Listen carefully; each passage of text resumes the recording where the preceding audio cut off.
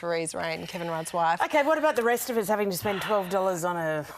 Seriously. Larry the Lettuce, as you've named him. Larry the Lettuce. Look, we've been talking about all of the inflationary pressures that we're all facing and how the price of everything is going up. But it got me thinking about why certain things have gone up so much. And we're going to follow this lettuce, Larry, our friend here, from the farm all the way to someone's fridge and work out what the cost inputs are along the way and why the costs are so high. I just want to show you this graphic first. Just take a little look at this because this shows you how much things have gone up. So these are morning staples, cereal, milk, cakes and biscuits, morning staple for me, down the bottom there. And veg at the top there's gone up quite a bit in the past 2 years, more than anything else, which is really interesting because that goes to that conversation of, well, fruit and veg are an essential, but how much are we willing to spend on it? So first stop on our little tour is with Catherine Valicia. She runs Valicia Farms in Melbourne, and I went out to meet her yesterday and meet Larry the Lettuce.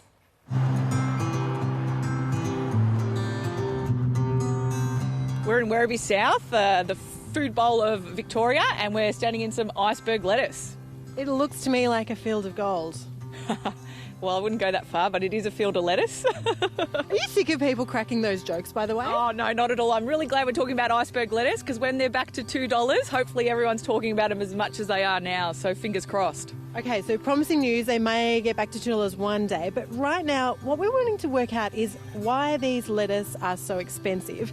Can you talk to me about your costs and what's happening with them? Well, what's driving the prices is the floods in Queensland wiped out the majority of the stock, probably 80 to 90% of all the iceberg lettuce. So that's why we got to those really high $10s and $12. But costs of farming have gone up nonetheless. Fertiliser has gone up 200%. That's huge. Yeah, that's huge, and that's because of Ukraine war and things like that. Seeds themselves, a lot of the seeds we get come from overseas, America, so all the freight and fuel costs of that have gone up. So they've probably gone up 3 to 4 times also. You've got all the fuel that runs your tractors, your trucks, your cars. That's doubled, if almost 3 times as much. So that's just some really basic costs. OK, call it a $10 or $12 lettuce. How much are you actually getting for the lettuce? Well, like you're right. So the $10 and $12 lettuce, again, is a supply mechanism to slow down the lettuce. So it's instead of really representing the value or the cost of the product, what that price is trying to show you is the need to not buy it because there is none. And so the people who really want it then will pay that much to get it. Yes. But are you going to answer my question on how much you're actually getting for a lettuce? Like if it's... Well, that varies from different to your supply chains and your different markets. Just like ballpark. Not as much as $12, but it's definitely more than what it is when it's $2. Are we talking like 10 cents a lettuce or $2 a lettuce goes to the farmer? Oh, heaps more than that.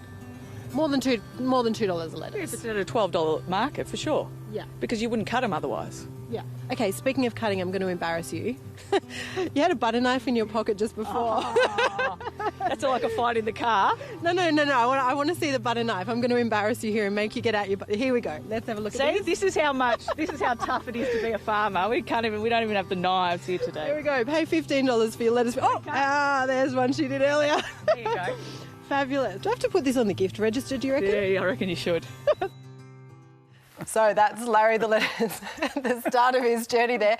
We're going to follow Larry and see what the other costs are along the way until it gets to your fridge. All right, terrific. Thanks, Ash. You are persistent, that's for sure.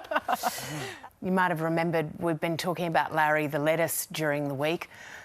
Ash McGee has been following the path of a lettuce from the ground to your plate. She's at the Melbourne Wholesalers Market this morning. Ash, good morning. What are you discovering there? Good morning to you. I'm discovering that Larry has a whole lot of cousins in boxes here waiting to be sold at the Melbourne Wholesale Market.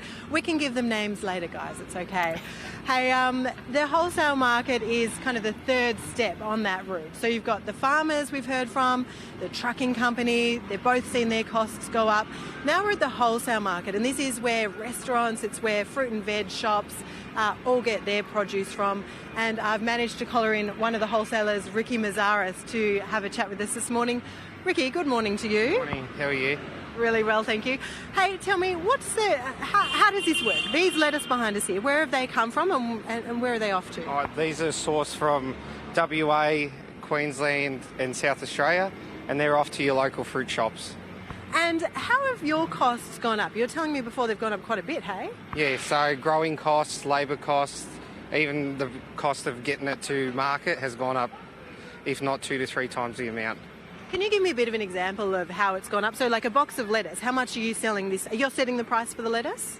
Yeah, we set the price based on what the market is, and supply and demand is normal. So just to give me a bit of an example, what's the price of a box of lettuce right now? At the moment, anywhere from $50 to $60. 50 to 60 bucks for that box? Yep. Okay, compared to say like a year ago or 2 years ago, what was it then? Oh, $10, $12. $10 to $12. Yeah. So that's a huge increase. Yep. And when your customers are coming here, what kind of stuff are they saying to you about that price increase? It's hard to sell in the shops, it's hard to go, but growers have got expenses, and now it's just moved with the times. And hey, you've got expenses too. Like we're on the trading floor here at the wholesale market, and it's getting a little bit quieter now. But there were so many people here, like hundreds of people. Are you having trouble finding workers to actually help out? Yeah? Yes, it's very difficult finding staff at the moment. Yeah, so tell me about that. What are you having to do? Just do what we have to do at the moment, because nobody wants to work the hours, and we just don't know why people aren't wanting to work. Well, there's not many people out there looking for jobs at the moment. No. I think that's the unemployment rate, isn't it? That is very, very difficult. Yeah. It is. And it's interesting, you're feeling all of those pinch points that we've been looking at along the way. They're all being felt here, the trucking costs as well.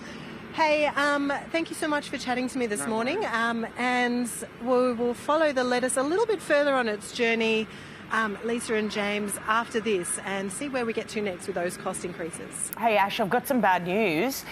You know how you carefully went and cut Larry out of the ground to have Larry the lettuce as a prop for the week? What's happened? We can't happened to find him? Larry. He's lunch. He's already gone. I think someone ate him.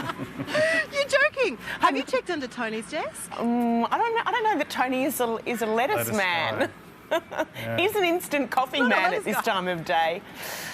We'll keep searching, Ash. We'll let you Sounds know. like a disaster. I've got his cousins. I might see if I can get us one. Although 50 or 60 bucks a box. Oh, I don't that's think the ABC extraordinary. is paying me enough When it to used to bring be back some more 10 or lettuce. 12, Sorry. yeah, that is quite a steep increase. Not and enough in the really, petty cash anymore. Really rams home what's going on out there. Hey, Ash, we'll chat to you a bit later in the program, and we'll do a hunt around in the fridges. Hey, let's check back in with Ash. She's been looking at the life cycle of a lettuce this week, because we've all been talking about how much we pay. She's been looking at them from field to plate.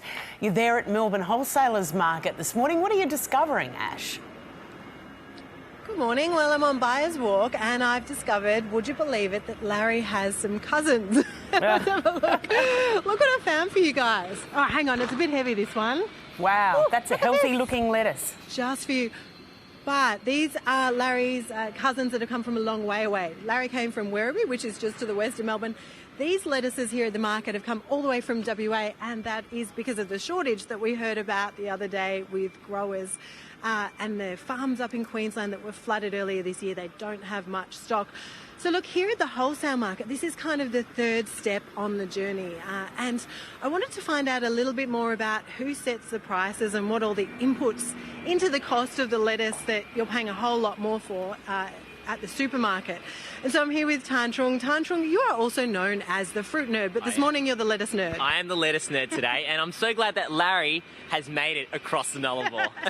Well, that's a very expensive journey, and that's a nice segue because we're talking about how much lettuce costs and how much fruit and veg in general costs. Yeah. Prices are going up, but is it because you're not seeing as much stock coming through? There's a bit of a shortage for you guys, right? Absolutely. From the start of this year, when we've had these climactic events like the floods, what's happened is it's not just the climactic events. Inputs like fertiliser, fuel, they've all gone up, but labour has been a massive issue. And because farmers haven't been able to get workers on farm, they've actually forecasted and planned to grow less. And that's why we're actually getting less crop in addition to the climactic events. So we're here in the markets, there's actually much less stock.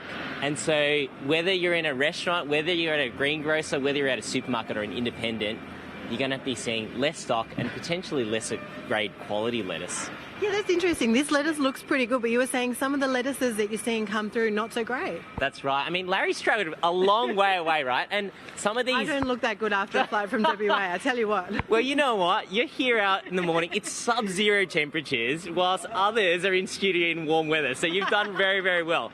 Now, Larry has travelled a long way. So Larry's actually falling apart a little bit. And actually, what we're actually seeing is a lot of lower grade produce getting sent to supermarkets, which generally, pre-pandemic, wouldn't have actually reached shelves. So in a way, we're actually saving and we're actually making sure that there's less waste in the system.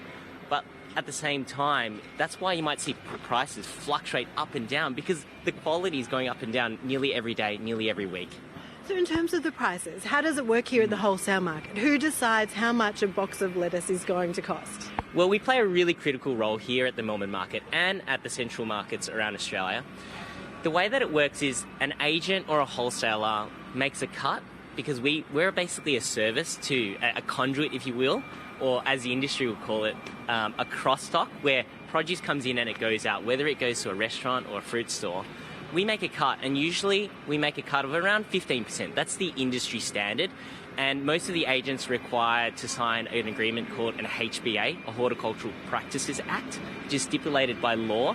So growers will know what we sell it for and what margins we make.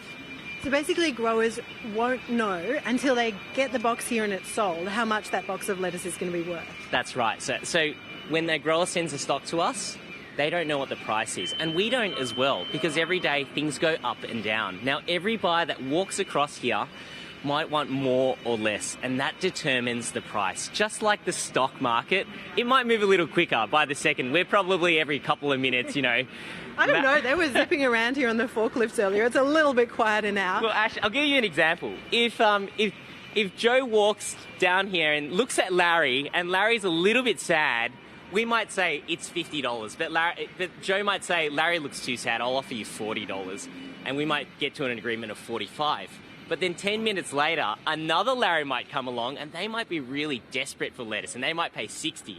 So it does go up and down, but we generally get to an equilibrium at the end of the day. So with these high fruit and veggie prices we're seeing at the moment, what are you seeing on the buying end? So those fruit and veg shops, the restaurants, what are they doing in response to those high prices? They're being flexible, and that's what I love to say with all Aussies. I mean, all the fruiterers here that come every day are seeing changes every day. And so when you walk into a fruit store, you should be thinking about what's good, what produce lines are looking good, what produce lines are good value. If you walk in with a recipe, you might be inflexible to that. And that's why you might get stung with higher prices on lettuce or other lines. There are really good value lines available, especially winter produce. I don't know how you feel in the warm studio there about this, but before Tan was trying to sell me on the fact that maybe Brussels sprouts are a better option than lettuce right now. And look, I'm just not convinced. Oh yeah, no, I love Brussels sprouts with a bit of bacon, roasted in the oven. Bacon? Hey, yeah, no, it's great. Yeah. That sounded pretty good. Hey, thanks very much, Ash. Until Not bad. then, we're keen to catch back up with him at some stage. We'll get some regular market reports from him, I think. Awesome work from both of you. Absolutely.